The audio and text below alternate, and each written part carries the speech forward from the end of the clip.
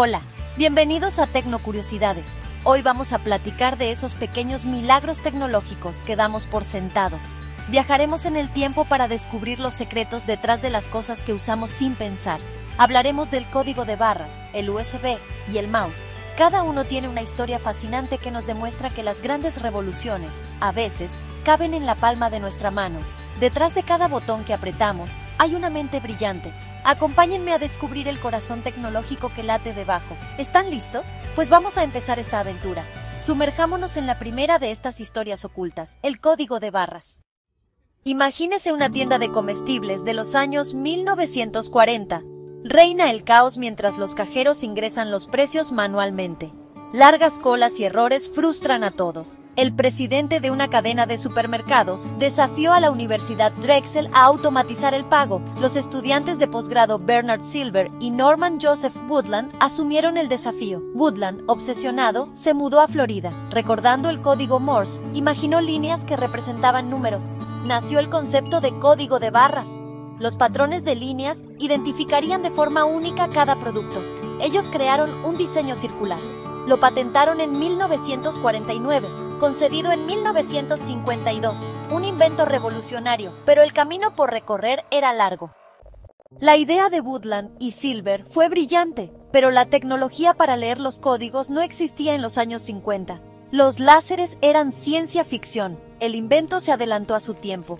Vendieron la patente por $15,000. Pasaron casi 20 años. Los supermercados crecieron y las largas colas se volvieron críticas. A finales de los años 60, empresas como IBM, donde trabajaba Woodland, retomaron la idea. El comité eligió el UPC rectangular, desarrollado por George Laurer de IBM. El 26 de junio de 1974, un supermercado Marsh & Troy, Ohio, escaneó Wrigley's Juicy Fruit.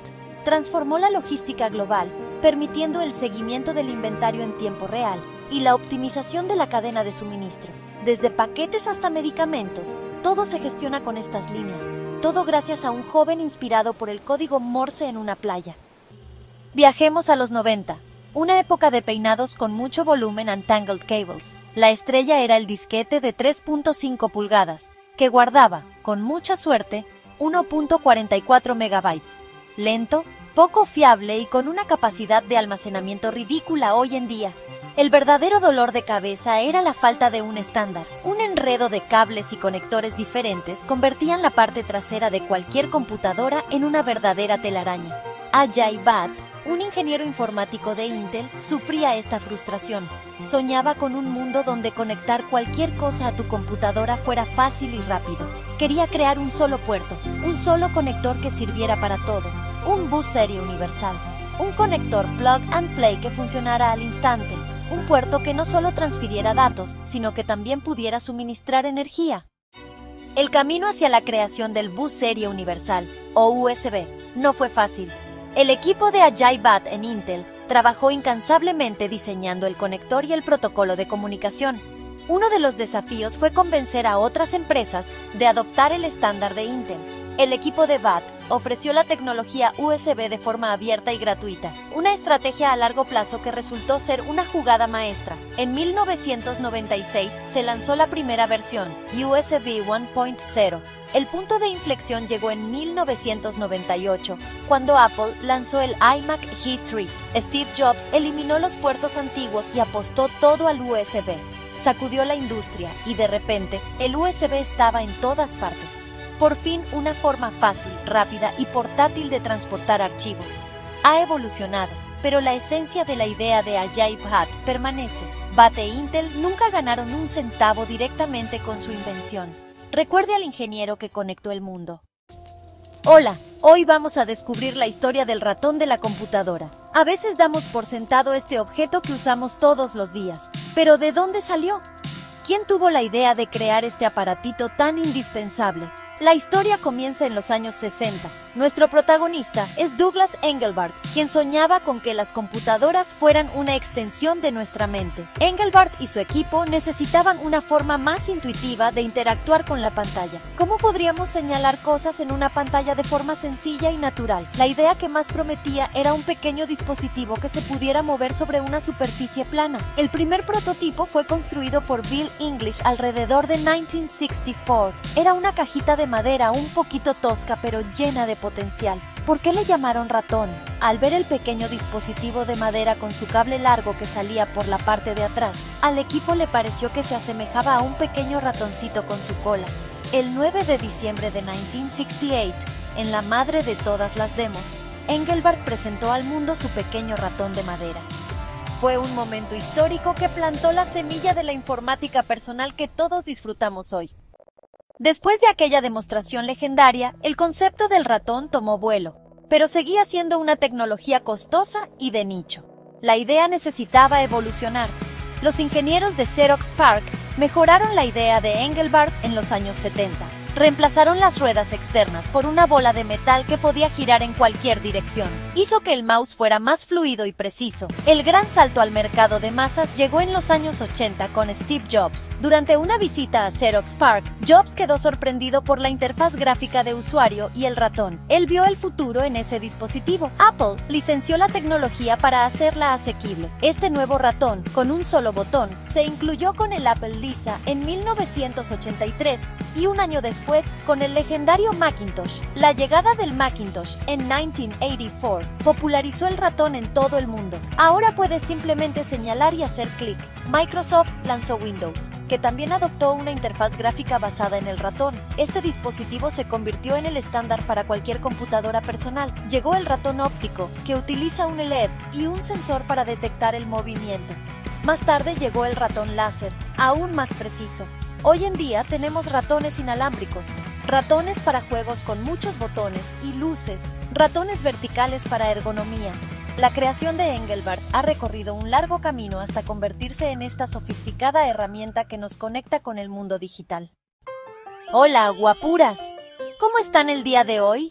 Yo estoy súper feliz de seguir aquí con ustedes, platicando de estas cositas que usamos todos los días sin pensar de dónde vienen.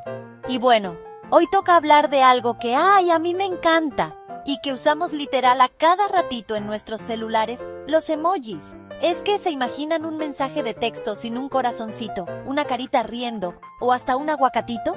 Sería súper aburrido. Es como si a nuestra vida digital le faltara el color, la chispa, esa emoción que a veces las palabras solitas no pueden expresar. Son nuestros pequeños cómplices para comunicarnos. Antes de que estos dibujitos tan monos llegaran a nuestros teclados, la comunicación en línea era, pues, un poquito más fría, ¿no creen? Eran puros textos, y a veces era súper fácil que las cosas se malinterpretaran. ¿No les ha pasado que mandan un mensaje y la otra persona lo lee con un tono que nada que ver? A mí sí, muchísimas veces. Era como hablar en un mundo sin gestos, sin sonrisas. Por eso, la gente súper ingeniosa empezó a usar los signos de puntuación para crear caritas, los famosos emoticonos. Una carita feliz con 2 puntos y un paréntesis, o una carita triste. Fue el primer pasito para darle más alma a nuestros chats. Pero la historia de los emojis, como los conocemos, con sus colores y sus formitas tan detalladas, nos lleva directito a Japón. Sí, así como lo oyen. Todo empezó a finales de los años 90 en una compañía de teléfonos que se llamaba NTT Docomo. Ahí trabajaba un diseñador súper talentoso llamado Shigetaka Kurita. Él y su equipo se dieron cuenta de que la gente necesitaba una forma más visual y directa de expresar emociones en los mensajes cortos que se podían mandar en esa época.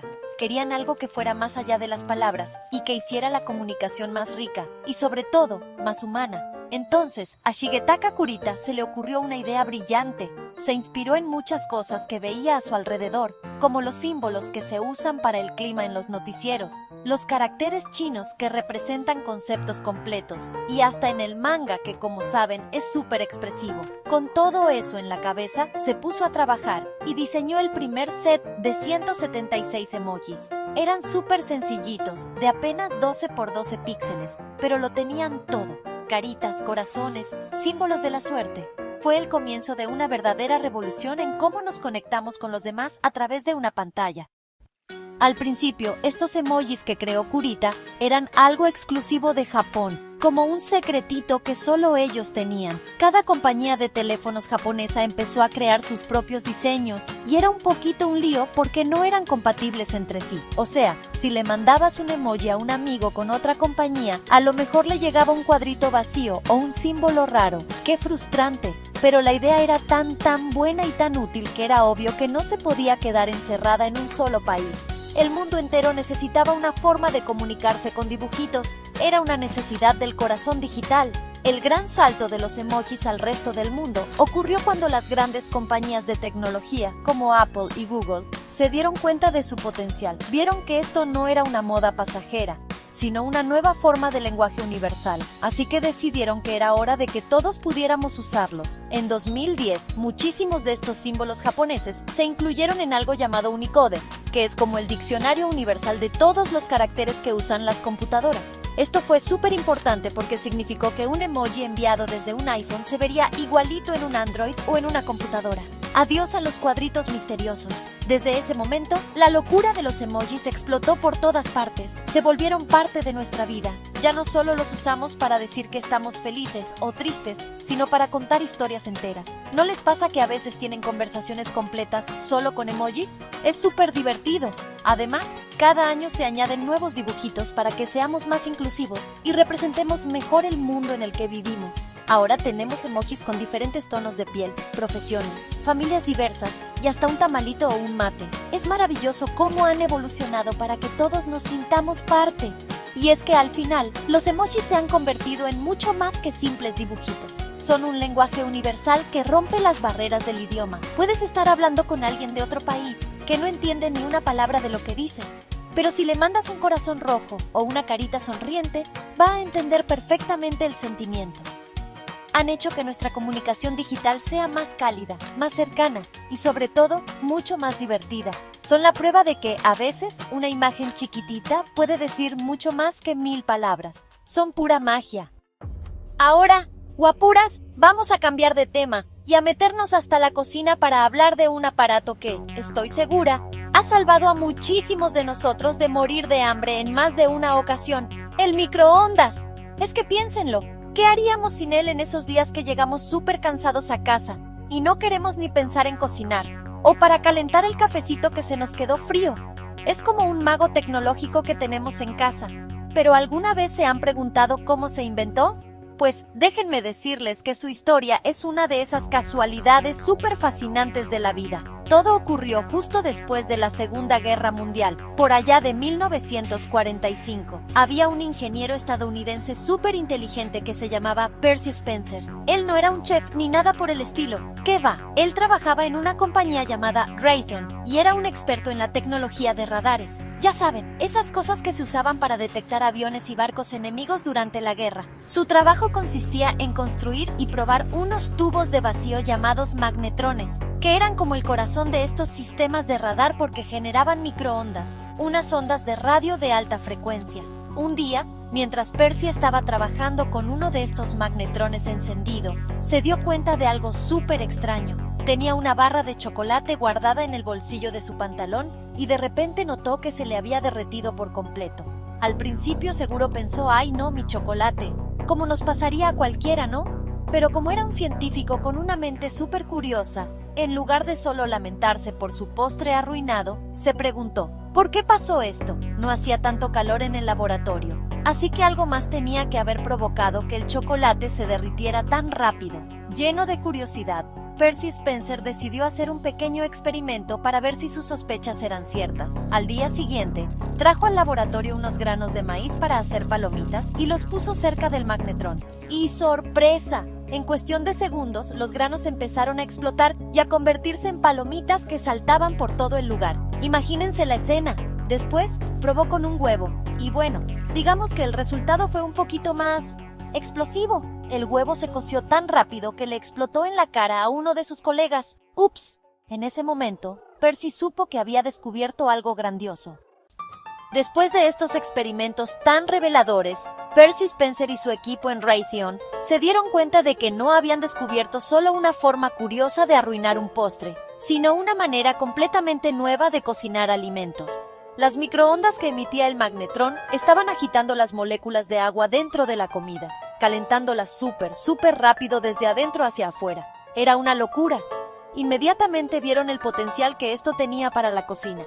Así que se pusieron manos a la obra para crear una máquina que pudiera aprovechar este descubrimiento de forma segura. El primer horno de microondas que construyeron era enorme, nada que ver con los que tenemos ahora en casa. Se llamaba Radaranch y fue presentado en 1947. Medía casi 2 metros de alto y pesaba más de 300 kilos. Era como tener un refrigerador gigante en la cocina. Además, costaba una fortuna, como unos $5,000 de esa época, que hoy serían como 50,000.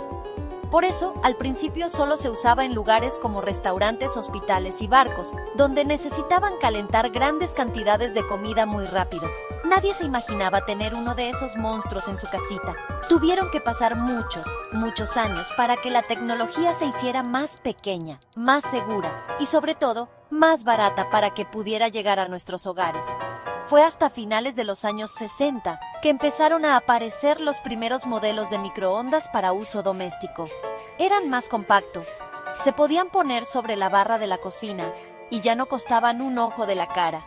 La gente al principio desconfiaba un poquito de esta nueva magia de cocinar con ondas invisibles, pero poco a poco se fueron dando cuenta de lo práctico y maravilloso que era. Y así, guapuras, gracias a la curiosidad de un ingeniero y a una barrita de chocolate que se sacrificó por la ciencia, hoy tenemos este electrodoméstico que nos hace la vida mucho más fácil. Es increíble pensar que algo que fue diseñado para la guerra, para detectar enemigos, terminó en nuestras cocinas, calentando nuestras sobras y haciéndonos palomitas para ver una peli.